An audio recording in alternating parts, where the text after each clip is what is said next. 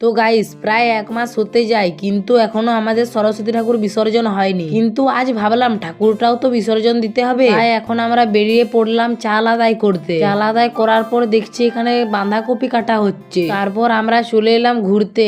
আর guys এইটা দেখো, ডিম তারা মাঠে পারে ডিম তারে খাড়া দুটা সিং তারা হাতি মাটি ডিম তারা হাতি মাটি ডিম দাদা হাতি মাটি ডিম। আর মাঠে ডিম পাড়ার কথা শুনে কি হলো দেখো। তারপর পুকুরে পৌঁছে ঠাকুর বিসর্জন দিয়ে দিই। আসার সময় রাস্তায় একটু বোম ফাটালাম, সেই ক্লিপটা দেখো একবার।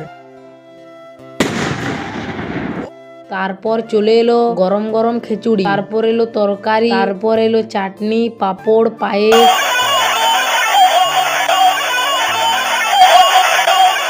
তো গাইস আজকের জন্য এটুকুই, দেখা হচ্ছে নেক্সট মিনি ব্লগে, বাই।